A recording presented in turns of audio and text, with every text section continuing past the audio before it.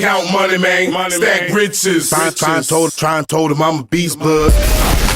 What's up, gang? Welcome back to another episode of the GRINDcast. Get ready. It's a new day, and we got a special day today. Special guest. We got my man, but most importantly, our high school football head coach, now friend, and still keep in touch. I'm so excited to have Coach Jim Vivo in the house. What's up, Coach? Hanging in there, Simon. Appreciate this, man. It means a lot. Means a lot that you would come all the way down here, here, an hour away. Yeah. To come hang with us in the studio. Well, you mean that much. So I would drive a couple hundred miles to do this. So I appreciate you even thinking about me. Love it, man. Yep. Love you. Excited. I think people today are going to get a lot of value. This man got a lot of wisdom on and off the football field. A lot of people and a lot of athletes listen in. A lot of business people listen in. We got a diverse GRINDcast listening crew out there. Yeah. But one thing is everybody is progressive. Everybody listening in, they want to grow, they want to move forward. And so I think let's start out with, me telling you when Coach Jim Vivo came into the high school, Youngstown, Ursuline. Was it 99? Your junior? My junior year. Yeah. Yep. 99. Yep. In our first season, we were 5-5. Yep. Right. So we went 5-5 to 14-1, which shouldn't have been, but 14-1, and winning the state championship, the first ever state championship in Ursuline history. Right. I think they've won 3 more since. Yeah. But up until that point, phenomenal athletes, year in, year out, decades of dominance, at Ursuline, right. but never got a state championship out of all that talent. Right. And your second year, I mean, I think it's amazing to watch, similar to Tressel. Yeah. He went to Ohio State 30-some years, no national championship. Year 2, wins a national championship. Bobby Stoops, too, at Oklahoma. Another Youngstown guy. All the Youngstown guys. Yeah. When you go do something like that, there's something it got to be something about your leadership. So that ain't an accident. One of the greatest leaders I've been around. I think, there's tons of things that I admire about you that you're good at. One of them is finding a way to balance. I think people can learn value on how do you balance. You balance accountability and keeping people in line, but also getting people to want to run through a wall, for you with the way that you loved everybody and won over, people's heart. So what would you say is the difference, starting out there from one year you're 5-5, next year we go 14-1. What would you say is the difference in that big of a jump? Couple things. If your sophomore year, you had a really good team, but a lot of those guys were seniors. So Coach Nizwicki, then when he leaves, so I come in, and not a knock against the senior group that we inherited, but anytime a new coach comes in, there's change, and we did things differently. Plays may be called differently. The offenses and defenses were obviously different. So the seniors didn't have much time, right, to learn that stuff and to implement it maybe the way that you all did or that we would have liked to have seen. The longer you were with a group, players to coaches, coaches to players, the more familiar you become, more comfortable you become, and then you understand the expectations or what the standards are or what's expected of you. So I think, they may have got the short end of the stick because it would be tough, if you think about it, it would be tough to be a senior and have a coach for the first time, a new coach, right? It's difficult because all the change, all the things that they may have been doing for 3 years, Coach Nizwicki may have been there 2, but whatever they were doing for 2 years, they were used to doing those things. They were habits, and then here I come in, and it's different, good or bad. It was different. So then the next year, just lucky to be around your group. You were a great leader. Justin, who was just in here, was a great leader. And when your leaders, Simon, when you and all the guys, I can't, like Marcus and Swagger and all the seniors, that whole group, when you're the hardest working guys on the team, boy, it made my life easy. I didn't have to scream and yell to get kids to get in the weight room because you did that. Right, you made sure. I remember you standing where our locker room was. Up the steps was where the exit was. Remember, down the steps from the gym, and you were standing. You were standing by the door. Where are you going? We got to get in the weight room, and it took a while, maybe a week or two of that, doing that, and then you didn't have to stand there anymore because they knew what was expected of them. So I think that, and you know, another thing, and I'd be foolish not to mention this, we had really good players, man. It's never the X's and O's, it's always the Jimmies and the Joes, you know. So, man, I was fortunate enough to be there with that group, and you can't win unless you have great players, but you also had great leadership. So that was it. And you know, that, like I said earlier, that group, that 99 group, I have a soft spot. That's my first one there, and I feel bad when I see them guys. Sometimes we didn't do what we were supposed to do, because you know, and not everyone who listens might know this, but 5-5, that wasn't good enough. And we started 1-4, if you remember.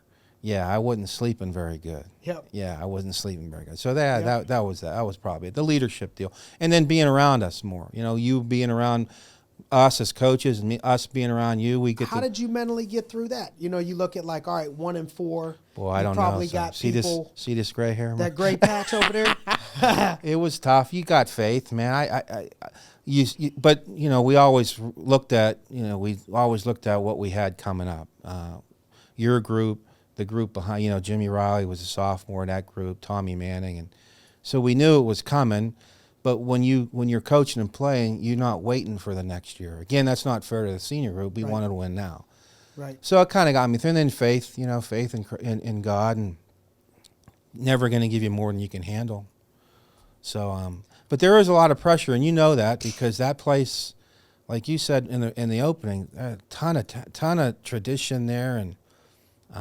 Starting out 1-4, those were some tough times. Other than talent, yeah. You know, you think, because I mean, Ursuline had talent, yeah, tons of talent. Yeah, they did. Other than talent, which you got to have, yeah, the Jim and the Joes, yeah. What do you think would be maybe 3 things? Because you've coached a long time. Yeah, you're always in leadership. So yeah. Right now, you're the principal. Yeah, and before that, years and years and years of coaching, teaching, education. Yeah. What would you say would be maybe 2 or 3 things that stand out in teams in general, or maybe you could use our team, but just teams that win, that have talent versus teams that don't go as far as they should with their talent? So your group, the thing that you taught me more than any lesson was that if you don't really care who gets their name in the paper, and you don't really care who gets the pat on the back, then you can accomplish great things. You know, speaking of Justin was an incredible running back. But if you think about that year, right, we had Terrence Graves, who was incredible, and then we had a freshman kid named Albert Ferguson that ended up rushing for 280 yards in a state championship game. So Justin didn't get it like he probably should have. And our quarterback, who went to Washington State, right, we threw the ball 6 times in the state championship game, right? But he didn't care, man. When everybody just wants to win and not worry about, when you win, it all comes to you. The spotlight and the pats on the back, right? Like when you brought that trophy off, I remember off the bus, everyone's there, great job. But if you got guys who want the ball and complain to about not getting the ball or not doing this, or I'm not playing enough, and all.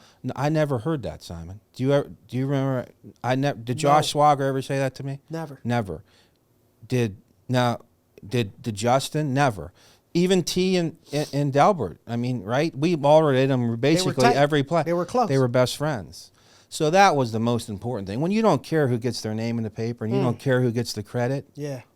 Man, we were just like the tunnel vision. We just wanted. It's crazy how it relates to business. Yeah, it is. You know, because I lead teams of people now, sales people, and you'll have people that, they're in it a lot. Yeah. And people change. Sometimes it's maturity. You know, if they're worried more about what they did or what their score is or the recognition they're getting. And I've been, I just preached for years. If you take care of the winning, then everything else that you want happens. And typically, if you look at people that make the Pro Bowl or who has the most people on the All-Stars, it's the team that wins, takes care of all those other things. So I think that translates well into life. It's like, it's amazing what people could accomplish together, whether it's sports or whatever, if you don't really care who gets the credit, as long as we win. Right. Right? Or do whatever is required of you to do. I think so much of football in general mirrors a lot of life. Sure, you could pull a ton of lessons out of that. being that that's been your, I mean, you were a great athlete. And I was telling, I think Josh or Alyssa, that you were a quarterback, right? Yeah. And did you do you went to Boardman? Cheney. Yeah. Cheney and then Youngstown? Yeah. Well, I went to Ohio University out of school, and then OU? yeah. And then YSU? Yeah. Okay. Yeah. Did you get kicked out? No. Oh. No, I didn't. No. I thought I was going to hear a party story about you down at OU. No, Okay. no. So what do you think, what did it for you with football? Like, what do you love about the game of football? That's a tough question, because what don't I love about football, right? So growing up, mom and dad divorced when I was young. So when I was like 2 or 3, and we had 4 kids, two other brothers and a sister. And for whatever reason, my dad wasn't around. So my first real feeling of family basically was football. West Side Bears growing up. And then especially when I got into high school, Cheney had a tremendous football program, still do. And you know some of the guys that played there, Brad Smith, and the list that we'll talk a little bit about later. But my high school football coach became like my father. And so that's kind of why I love football, because it was family. And then, like you mentioned, boy, not everything, but most of the things that I learned in life about self-discipline and accountability and working hard and being a part of a team, because your own family, your wife and kids, that's a team as well. I learned on the football field, or maybe not in the football field, but through football, whether it was in the weight room, practice field, or game field. So, man, and then I also, Simon, you'd see me in there. I was always watching that film, man. I loved the film work. I miss it still. I draw plays. I've been out of it for a while, but when I'm watching college or NFL games, that's a nice play. Let me rewind, and I'm drawing that stuff up. So I like competition. I don't think anyone who doesn't or gets into that game, and if you're going to have any type of success with it, we kind of like beating people, right? Yeah. You kind of like competing, see where you're at, and it doesn't always go your way, but you like doing those things. So those are it. It was like a family, and then everything that you learn. What things did you learn from your mentors and coaches and stuff? Anything stand out? So here's a couple of the things I learned from mine. So I was thinking about this the other day.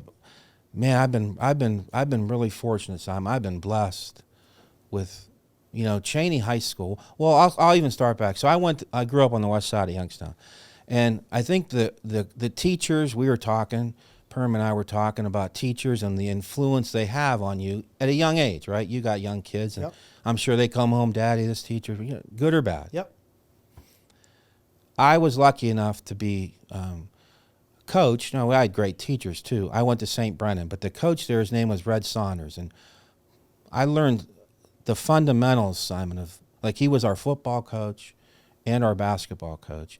And we were small. We were really small. We didn't have, that's after the steel mills closed, so people were moving, right? So there weren't many people in our school. We had, on our football team, we had 14 kids. But we didn't lose a game. What? Because he taught us the fundamentals. So I was blessed there. Then I go to Cheney, right? And Ed great at teaching the fundamentals. The fundamentals are the key, right? So I go to Cheney, and then there's Ed Mades was the football coach, and he had so much success, and the talent that went through Cheney. I'm still going to say 70s, 60s, 70s, 80s. I know you went to Ursuline, but man, I don't know if anyone. Cheney had a Heisman winner, for goodness sake. But anyway, so Coach Mady was there, and then Ron Burtis, who succeeded Coach Mady, was Brad's coach, and Zordich. Coach Michael Zordich played for Coach Mady. But we had a phys ed teacher. His name was Lou Angelo. Red Angelo was his name, and he's a disciplinarian. And he was when I was at Cheney in the 80s. The school started, I think, in the 20s, maybe. But when I was in school, there had only been, my head coach was the 3rd coach in the history of the school. Can you imagine that? 6 years. So Mr. Angelo, Red, I call him Mr. because of the respect. He was the 2nd coach, and his players talk about him still to this day. And even though he wasn't our coach, he was our phys ed teacher, and he ran phys ed just like he would football practice. You had to line up and do calisthenics. So it was the discipline that he taught. And Coach Mady and Coach Burdish were the same things. It was fundamentals and discipline. And then when I got out and I started coaching, my first coaching position as an assistant coach was at Mooney for Don Butche. And, I mean, I love all the guys I talked about, but no one's a better coach than Don Butche was in Youngstown, right? He won 4 state championships. And he taught the devil was in the details, Simon, right? So if you were supposed to step as an offensive lineman with your right foot for 6 inches, if it was 7, it was wrong. If it was 5, it was wrong. And he would rep that over and over and over again. And when I was growing up, Mooney always won, right? So, yep. And you won. Yeah, they had great players, but unless you're there, you don't realize that, man, not only was it the details, he outworked. Those kids would practice till 8 or 9 o'clock at night. So you couldn't outwork people in the world, even though you might not be. They're talented, but they're not the most talented group. He got kids to reach their full potential and be all that they could be. Because, like I said, if it was 6-inch step, it was 6-inch.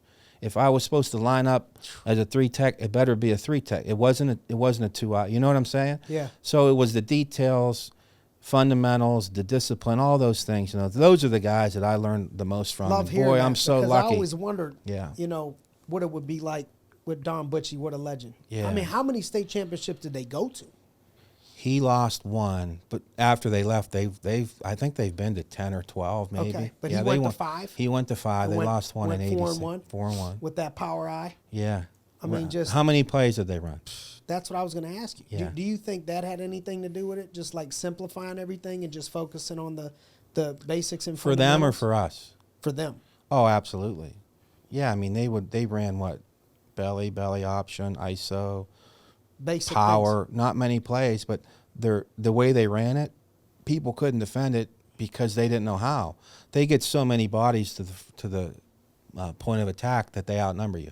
I remember when you were a junior, we didn't play the safety. We tried to put 9 guys, and it worked for the first half, but then they made the adjustment, and then it was over. Simply for sure it did. They became experts at what they did, and then when you're the opponent, how do they replicate that in practice? Can't, right? How do they do that? Right. How do you replicate? And it's the same thing like today when you're trying to play the Ravens. How do you replicate Lamar Jackson? You can't. So when it hits you, when you get on the game and they kick it off, and oh my Lord, I didn't practice. Well, it's 100 times faster, and they were a machine, and it was because he drilled those kids and drilled them and drilled them and drilled them. And they became experts at what he wanted. And sure, did they have great players? They did, but towards the end, they really it wasn't like they had 6 or 7 D1 guys. They were just, and they believed in that. They believed that I'm outworking you, so on Friday, man, we can't lose. Yeah. Details and outworking people. Absolutely. I mean, in high school, to come out after school and go till 8 o'clock. Yeah. That's a grind. They didn't have lights, right, at the field. They did, but it didn't shine the whole. There was like a light. They had a cinder track. By the way. There was a light right at the corner where you would come out of the locker room, and the light. The parents were all in. They would get their cars, turn the lights on, and let's go to practice. I was going to ask. And then they'd go lift after. How do you think he got that done with the parents and the culture? Of my kids got homework and all this stuff. How did he pull that off? I think when you win, right? If he didn't win, I think it'd be hard to pull off. When you win and buy in, everybody buys in, right? You go to 5 state champ, sure, success, absolutely. But that probably was happening before the wins. It was right at some point. You had to start that process. I bet. Yeah, I wonder. I never asked him that, but I'm sure they had great parents. Yeah. People, they valued hard work a little bit more than they do today. They weren't, like you said, I'm a principal now. I get a lot of calls about, our kids parents don't want kids to fail today. Boy, and I learned not everything. I've learned so much about you, about when you lost or when you failed. Doesn't mean it's final, right? Adversity is going to hit you in life. And if you don't experience it and learn how to deal with it, boy, man, you're in trouble.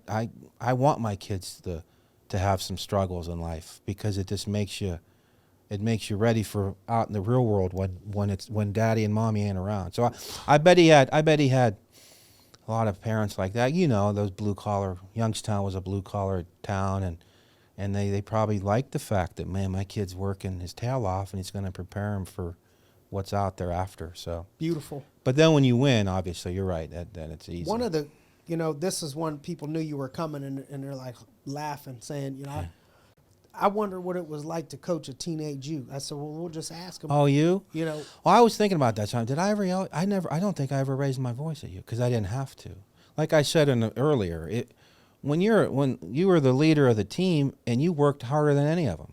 So if that's the case, boy, and not only for the kids in your class, your peers, but you know who was the most effective or impacted was the young guys because they were in there working with you. And freshmen or sophomores who maybe been going through it for the first time, that little weight room we had wasn't even this big, was it? Right? And you grind it in there. But they see you doing it, I better do that. Right? And then on the football field, you were like a coach because everyone was accountable because you made them accountable because you demanded so much of your defensive guys and your offensive guys and the whole team. There was an expectation of this is how it's going to be done if you want to win because we talked over the years, you guys in the off season kind of called your shot and you got you understood this is what it's going to take. It ain't going to take what we did last year or as sophomores or as freshmen. It's going to take more. So when kids see you when the players saw you doing that, man, I knew Simon. I knew you were going to be where you were supposed to be every play. I just knew that because you know why? Because it meant a lot to you. And I was good, but not great. You know what I mean? But you made yourself really good. But you made yourself really good because there would be a couple practices I remember after everyone's gone, you're still working on your drop with either Coach Smith or you wanted to get in the weight room or you wanted to look at the film and see what they were going to do. And it just, like I said, it made coaches and made our lives easy. When your best players and leaders do that, man, you got a good team. You just do because everything else falls into place. A lot of former athletes, in our business do well. Yeah. Why do you think, in your opinion, have you seen athletes transition well into other things also? It's discipline, right? And it's all the other, it's the work ethic and all that other stuff. But it's discipline. That's why I got I have a son. How do you explain discipline? Doing what you're supposed to do even when you don't want to do it. Right? Like, being in Pittsburgh. What does Tomlin say? It's not what you're capable of doing, it's what you're willing to do. Man, anyone say, man, I could coach, you can do that, but are you willing to do it when we talked about when you're failing or when you're facing adversity, are you willing to do it? Or are you willing to do it when maybe the results aren't what you need or want? Are you willing to do it? Results didn't come yet. No. Wouldn't you have liked to have been other places than that weight room after school? Huh? Yeah. How about during the summer in June and July when we killed you running those gassers back and forth? Yeah. 20-some in a row, making it under 18 seconds. It's doing the things that are required when maybe some guys or other students obviously weren't doing it, and maybe other teams weren't. So discipline, doing what's required when it's maybe not the easiest time to do it. One of the things that I think was cool about our team, and I think Ursuline's football teams in general, the ones that I've watched, is there's a lot of diversity. One kid's, on our team, going home to the house next door getting shot up, and father's in prison, and the other one's, living in the country, somewhere else, and then you bring these people together. Yeah. How would you how are you able to navigate dealing with so many different personalities? How do you coach different personalities from different upbringings and stuff like that? Well, I think you have to have a standard for everybody. I also believe though too, who's they experts. So you got to treat everyone the same. Well, you can't, or you can't really where we are. You can't. Like we know of kids who were the house was shot up, and then, like you said, John Angelo went home to Latonia, which is a 40-minute ride, and Josh went down over to Matthews, which is rural, and then you had kids who had a tougher upbringing. I think what I think the players learned right away, Simon. You could, if I'm wrong, that you guys realized that we cared about you, and that's the most important. I tell my teachers that every day. If you're not developing relationships with your kids, then you got no chance. If we develop, that's what I told all the coaches. We need to develop relationship with these kids, and genuine, so they know that we care. Don't fake it now. They know that you care. Do whatever they need. You're there for them. Then they'll run through the wall for you, and that's kind of always been my my coaching philosophy, if I have one, is.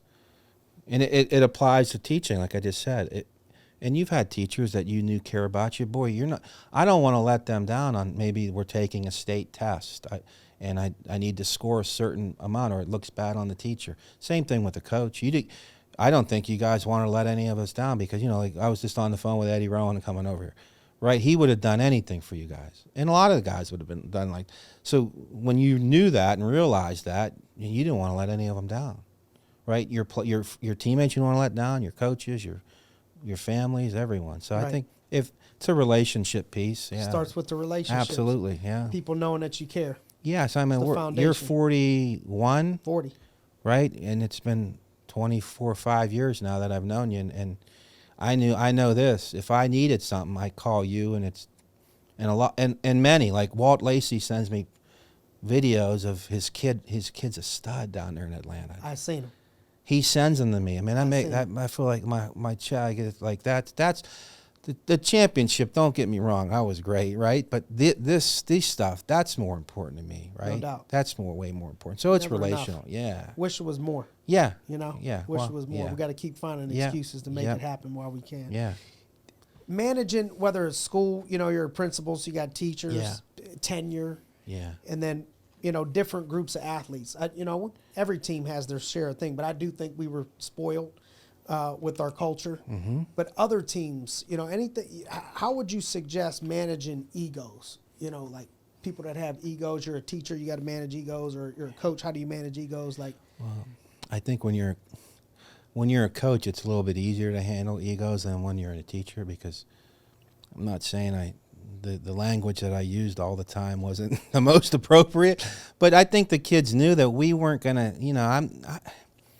Everybody has an ego, right? But when your group, the egos are set aside because the goal, the prize, was more important than, like I said earlier, like, am I running the ball? Is my name in the paper? Am I getting the recognition? So the egos kind of went away with that because it was just about. It was just about winning, right? So, athletically a little different. Teachers, the egos with the union, that's a whole other issue. Again, you develop relationships with them and provide the support that they need and be there for them. So I think those are the differences between the two. I can't swear at teachers, Not that you would ever want to. No, I can't. Yeah. How would you, as a coach, how do you coach people from their current situation so you see this potential, in them, from their skill set now to where you see that they could go? How do you develop and bring people along? So again, we were spoiled in Youngstown, right? When as a young coach, who's the head coach at Youngstown State? Coach Tressel, right? Yep. He always talked about, and he would have clinics every year, and we made sure we always would go to those. He always talked about reaching your full potential. I bet he's talked to you about that. How do you get kids to reach their full potential? There have to be expectations, and they need to be high, right? You can't, I wasn't going to say, for you, I wasn't going to lower your expectations because that's not going to do anything for you. We always raised the bar as high as we could, and if you don't get there, at least you're close, right? So the expectations being high, then the outcome will be a lot better than if, again, I didn't care if you came to practice or you come whenever you want, don't go in the weight room. Who cares if we blow a coverage, expectation. So he taught us that in terms of how do you get kids to reach their full potential? You have to set expectations, and they need to be high for everybody, because not everyone has the same talent. Right. But the work ethic, and if you hold them to high standards, they might not like it at the time. It's just like with your kids, you know. Macy put the iPad away at 7:00, right? We were talking about the cell phones, right?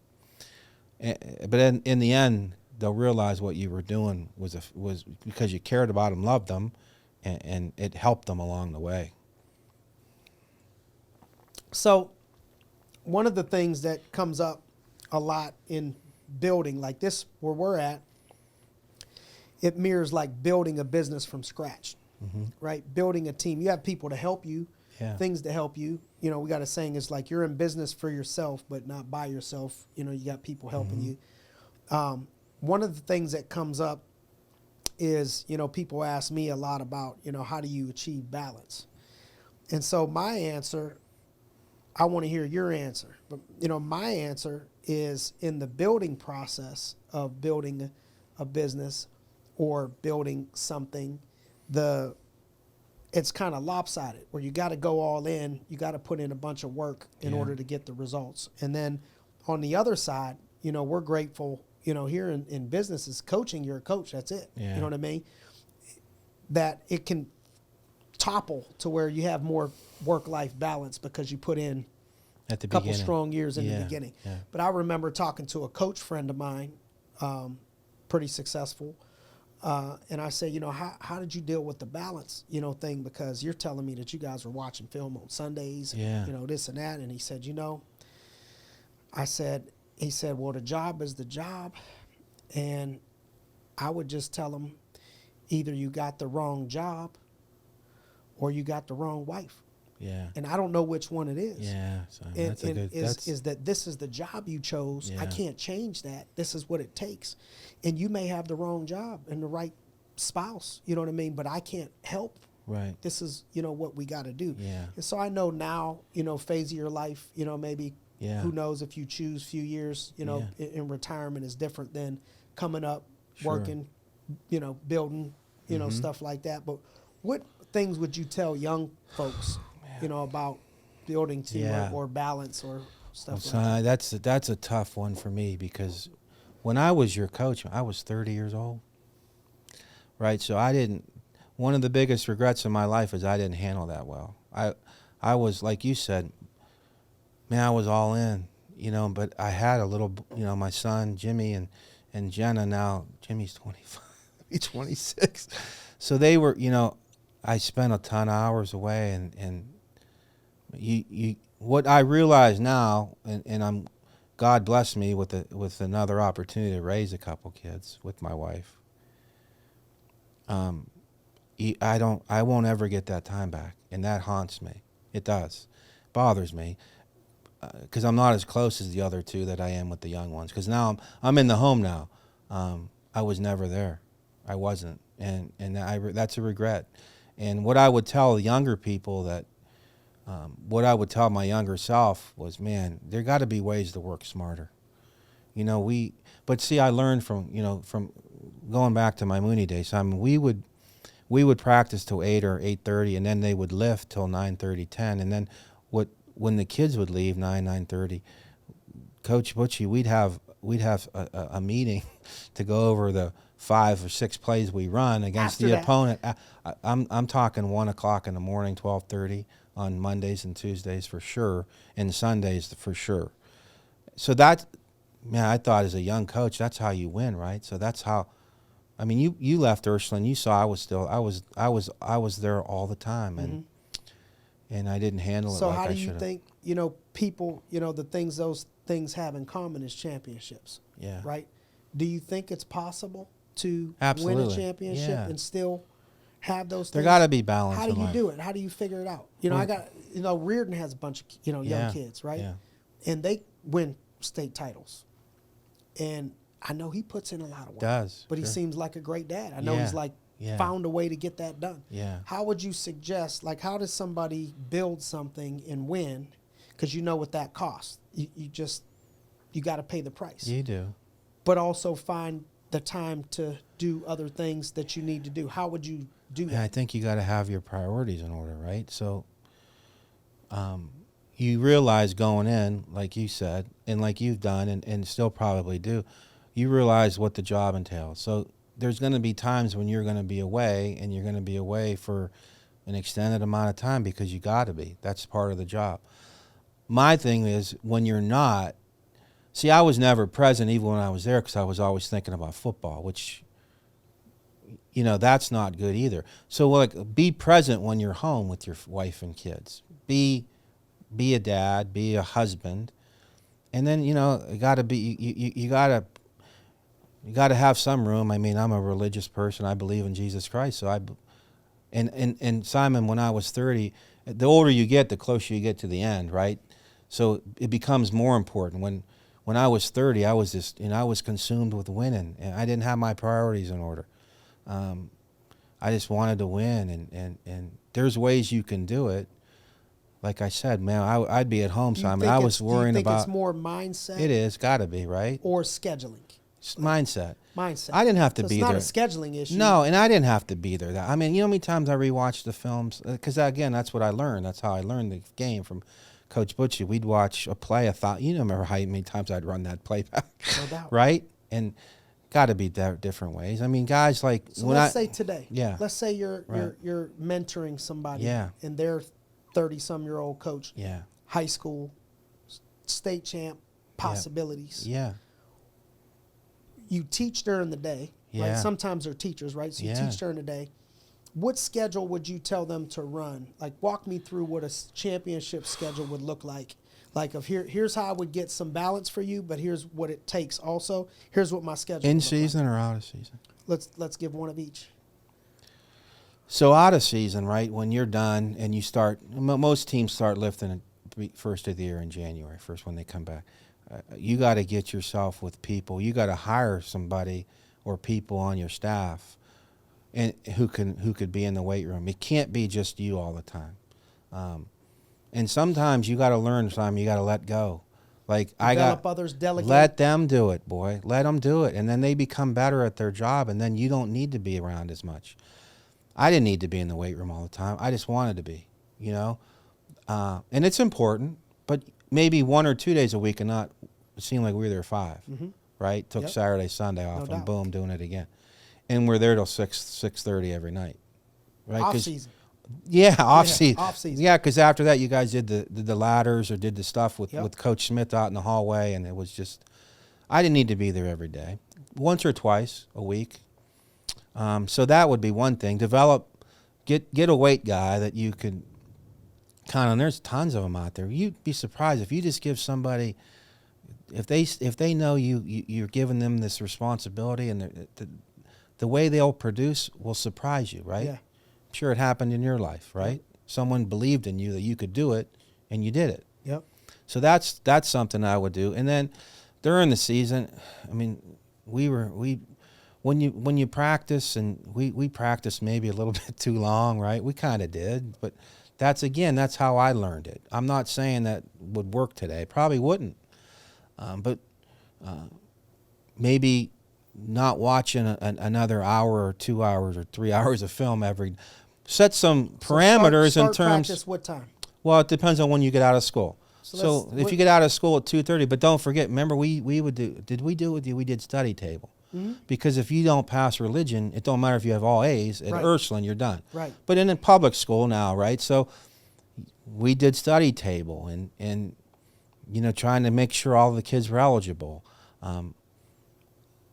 We may maybe do that once a week. I don't know. I don't know if a lot of schools are still doing that. I'm not Study tables? Yeah, I don't know. I'm Yeah. out of the loop a little bit now. But do more like I learned from Tommy, like Manning, when I would go watch them practice when he was at Toledo and Iowa State. There was more of a focus on pre-practice and walkthroughs and then doing it. We banged too much back in the day. We hit way too much. You don't need to do all that. You really don't. Now you need to hit the practice to learn how to block and tackle. You do occasionally have to do that. But we kind of beat a dead horse out. We did. I remember you guys. What are we doing this again for? You know what I mean? So budgeting time, And I'm sure that like as football has evolved with this RPO stuff and all this things that are maybe you get a lot more done in a shorter amount of time. You didn't need to be an individual for 45 minutes, right? And then group for another hour and a half, and then So if we get out at 2:30, yeah, you'd say, let's say I'm at a school that I think we got to do some study tables. yeah, You know, I could see that Do it. could depend on the school, right? Yeah, absolutely. So maybe 2-3 days a week, do it till 45 minutes, like a class period, 2:45 to 3:30, and then you get on the practice. Have them dressed, right, ready to go. dress before. Yeah, 3:30 we get rolling. 2-hour practice should be 3:30 enough. to 5:30. Yeah, Watch film. you Coaches? coaches could. You got to lift a couple of days, right? Because you don't want to Yep. lose all that Lose you everything. built. Maybe once or twice a week. So 5:30 to 6:30. You don't need an hour at most, right? 45 minutes just to maintain during the season, Yep. and then go home, and then be there when you're home. Like don't be worrying about. You think the key is just being present Gotta be right. while you are there, I would think, yeah. focusing on being present during those moments. Priorities. I had wrong priorities. I think if a coach today has his priorities in order, He could do it. he can do it. Could do it all. I think. You don't need to. We practice 3-4 hours. Oh, no doubt. Well, Lights came on. That's because that's what I learned. I'm not saying it's right, but it was successful other Some places. points, So I think I want to ask Reardon too. Yeah. And I'm going to get back to you. Yeah. Because one thing, and I agree with you, but one thing I wonder in a test is like the other gentleman I was telling you about that said like, I'm like, man, you guys are watching film on Sundays? Like, Yeah. he's a multiple time national champ. Yeah. So I'm wondering like, you know, if I ask Nick Saban, if I ask He this one, grinding if I now. ask that Now one, he's old school. how many of them do you think are going to tell me, like, I wonder if it just like you got to accept the fact that this is what it costs to win? Can you really win without going all in, you know, that difficult? Yeah. I would like to ask that question in a book. You know what I mean? I think the more help you have, Yeah. like you said, delegate, develop people. Yeah. You got to develop people, delegate to people, earn their trust so they know that Yeah. you're caring And now about the guys like the older Saban and Coach Trussell and those guys, they're old. They're more old school, so they're probably more work, practice, Grinders. practice. Yeah. And now the younger guys, maybe like I see like a guy like a Lincoln Riley, right? He kind of seems like he's a fun guy, and they're throwing it all over the yard, and maybe he's not grinding it like, you know, L.A. There's a lot to do out there with the beaches and all that Right. stuff, right? So maybe it would be nice. Maybe it'd be neat to ask guys like that, and what's the differences between the generations? Because there got to be some. I mean, you've seen Nick Saban. I've seen him interviewed thousands of times. It don't look like he ain't grinding. You know he's a grinder. Oh. We know he's a grinder. He's working 25 hours a day if he could. I'm going to pick a couple, Yeah. and I'm going to ask them and see what we Yeah. come up with. I'd be interested. 'Cause I Yeah. think we're on to something. Yeah. A lot of people have that question. Yeah. What things would you do? I saw a quote that you posted that said, "Let the did? pain of loss drive the success of a win." Yeah. How do you teach people to Yeah. like? What do you mean by that? How would Yeah. you have players channel that? So one of the other things like I was thinking about too is which is a regret, or maybe not. Yeah, it is a regret. I never enjoyed the losses as much as or wins as much as I hated the losses. The losses, you know, after the one time we lost to Fitch when you were a senior, I wasn't the same for 4 days, right? I think a lot of us weren't. We weren't the same. But when you win, right in the locker room, I'm telling you guys, you can enjoy it for 12 hours. When when you're in here tomorrow morning for film, it's done. We're moving on. And I guess that's sports. I guess that's football in general. I don't think, you know, you can't ever enjoy. So the losses, the way the hurt that you get from a loss and how it affects your entire mood, it does. It affects probably your health, I would imagine. I didn't want to feel that, right? I didn't want to feel that. Right. I think if you have that loss, the feelings and how you felt in the forefront of your mind, boy, I'm gonna do everything I can that week, right? If you're in the season, or if out of the season, I'm gonna do everything I can that day, right? Larry Karras was at Mount Union and talking to those guys who played, Tommy and the guys at Iowa State that I talked to. He just would say, you got to stack good days. You keep stacking it good days after the net, and then it just builds, it builds, it builds. So, yeah, the losses, the feeling that you lose or after a loss, it's a motivator, and that's what we talked about earlier about failing. Boy, you learn from your losses. I'm not going to do that again. We're going to do something. We're going to do it better, or we're going to do something different because I don't want to feel this way, right? We didn't want to feel that way. Right. Amen. Yeah. Prediction: Super Bowl's coming up. Yeah, we were talking about this earlier. I don't know how anyone can bet against Mahomes. Right? How do you bet against They're him? going to do it. People are going to do it. I know. Chiefs, Niners. Yeah. Right? And Yeah. I mean, part of me's like, oh, yeah, Niners, Youngstown. Yeah. Right? Yeah. But man, they took the bait last week. They did. People went against Mahomes. And I watched this with Brady. I'm like, man, they always they're think going he's about to lose well, again. Simon, they're underdogs. 2.5 is the Again. Again. They were underdogs last week. I know. I just think he's a generational guy. I'm pulling for the Niners now. We got that Youngstown connection, and I think they're going to be like two tight ends with the fullback and that 22 and they're going to try to run it. But Spagnuolo, the defensive coordinator for Kansas City, is really good. Now they're really good in the back end, but like Perm and I were talking, they're not real good against the run. But the Chiefs? The Chiefs are one of the worst. Tommy told me they're one of the worst teams in the league against the run. But they know that, right? So they're gonna stack. They're gonna stack, but then it's single high, one-on-one outside with Ayuk and Debo saying, I mean, you can't tackle that cat. And then the tight end. So we'll see. If he's healthy. Yeah. And then what Perm and I were also talking about, and when you watch Kansas City this year, I read in the playoffs, Mahomes has only completed 3 passes over 20 yards. So to me, that means, right, everything's underneath. Most everything's underneath, getting 5-6 yards and getting first down after first down. So that the clock's running. So how many? And if ball out of his hands. And if the Niners are running the ball, how many possessions are they going to get? If I was a betting man, I'd bet the under. I don't think there's going to be a ton of scoring, 24-21, 24-17. I like the clock's going to be running. Like even with the Ravens, look at that score, 17-10. They didn't get the ball because the Chiefs. I remember the first quarter, 8-minute drive. Everything's underneath, everything's first. They just take. It's like running the ball, but he's throwing it, little short stuff to that Rice guy who's come on, and of course no one can cover Kelsey. No one knows how to cover. Monster. He's just a mismatch. You just can't. You put 2 on him, and then they're going to beat you somewhere else. Because the kid running the ball, that Pacheco, is really good too. If Chase Young was what he was, the kid from Ohio State that tore up his knee, or did he hurt his knee? Or he got surgery, right? The D-end. If he was what he was when he was at Ohio State, when you put him and Bosa against their tackles, I think because that's the way you stop a quarterback like that. I've watched people like the Giants. Yeah. People with Brady getting pressure off the ends. Yeah, I think they got a chance if they had, but Chase Young isn't what he was, so they're gonna.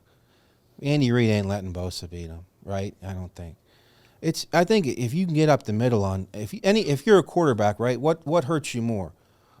If I can't step up and I got Bosa beating it, right? Then they got a shot. But Andy Reid's really good. I don't know. I'm praying for the Niners. So you're saying you want to see the Niners. You think it's going to be the Chiefs. Yeah.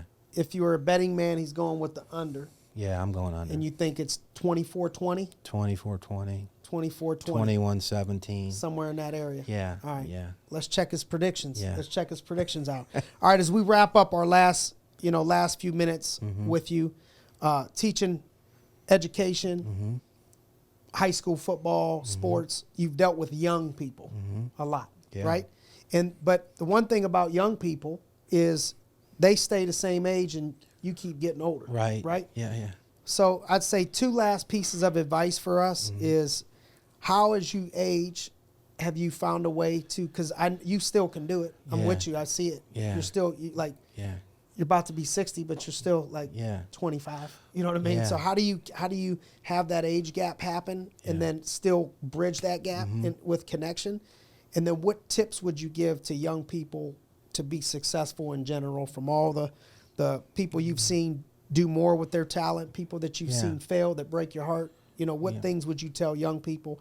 And then how do you bridge that gap as you age? Well, the older you get, I'm lucky. I got an 8 and a 9, soon to be 10-year-old. We were talking about Macy and Emmy at home. So just keeping up with what's current, like we were talking about Taylor Swift, right? I might not know who she is, or now I know, like we were permanent. Now I know she's in Japan. Why? Because she's on the TV all the time with football. So just keeping up with things like that. But it was funny that you mentioned that, because our phys ed teacher at the school likes to play music, and today was 80s music in the gym. So I go in there 6th period, and there's freshmen in there, and they're playing, I don't know if you remember the Flock of Seagulls, that song I Ran. When I was younger, I mean, so I'm asking, you ever heard this song? No. So you got to stay current, because in order to build a relationship with them, you have to talk in their same language, and they're on their same level in their terms. So I may or may not read People magazine. I look at TMZ once in a while to see what the kids like, because like you said, I'm not getting any closer to their age. I'm getting further and further apart. Right. So you just got to relate to them. Connection. Yeah. When I came to see you at the school, I think that's one of the things. I'm like, same stuff. Yeah. You still had the connection with I think the kids. that's important, that they realize that you care about them. So in order to care about them, you got to understand them, and can't be talking about things that happened when that's like, I have a teacher. If you realize this, if you think about this, right?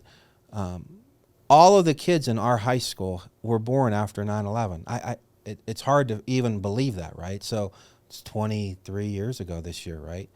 And it's one, I can't believe that.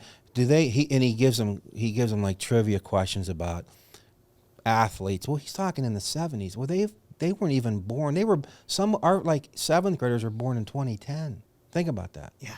Right? So they don't know any of that stuff. So you got to spend time getting to know what's important to them, and it's by talking to them, and staying up to date on current fads, so to speak. Okay. That's kind of, because then that lets you open a door to their world.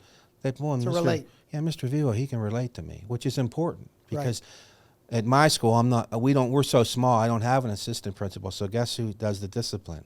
Right, me. So if I'm known as just a disciplinarian, boy, they're all going to hate you, and they're not going to help you, or they're not going to reach out. You got to be good cop and bad cop. Both. Yeah, and that's hard. Absolutely. It's a tough thing. And then the things that I learned to be successful is just, we talked about all the time, and I think football, now that since we're talking about it, it lends itself right to it. I mean, God gave you 2 ears and 1 mouth. I mean, I always try to listen more than I speak, especially when you're young. Too many times people think they have all the answers, especially when they come right out and coming up, and you don't. So learn from people that may be older than you, maybe your age, but have more experience. Experience is invaluable.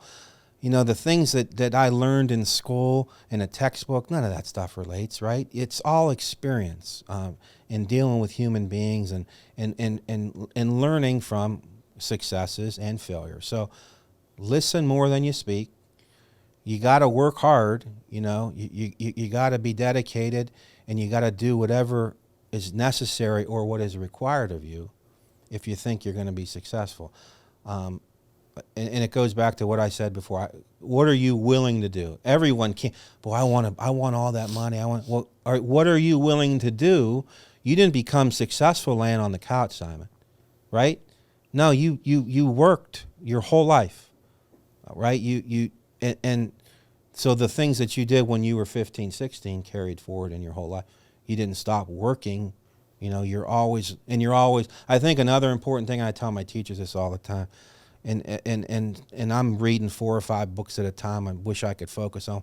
You got to be a lifelong learner. We're never done learning. You can always be better. Even it could be 1% better. I could be a better salesman today than I was yesterday in your business.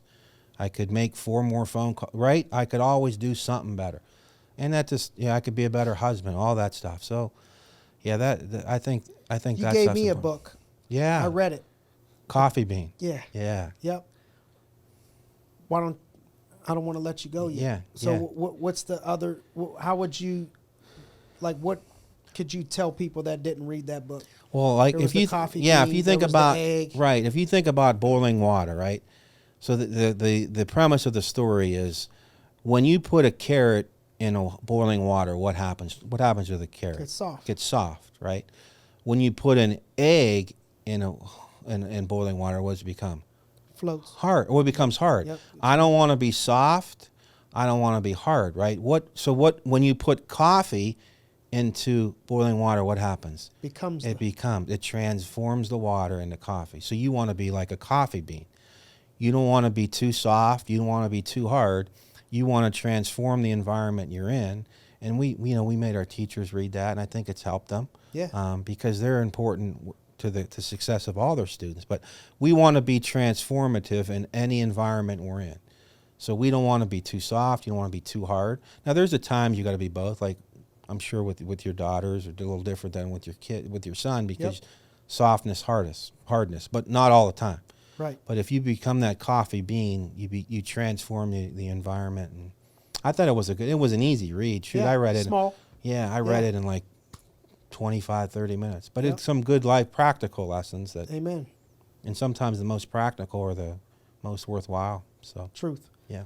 Thank you. Oh, no problem. Thanks Simon. for your Appreciate time. this. Yep. Appreciate you. Appreciate your friendship. Yeah. Love you, man. Appreciate your leadership, all the great memories and things that you and other coaches poured into us and me specifically that have helped me.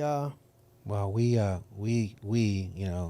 coaches, and I know like I do, I'm always, like I said at our reunion a few years back, I'm like a cheerleader on the side, man. I'm always watching what you guys are doing, and I feel like a proud parent. You guys you make my heart swell, and I love all you guys, and just so fortunate to be first of all to be there when I was, right. I would never have known you if I wasn't there, and all the other guys.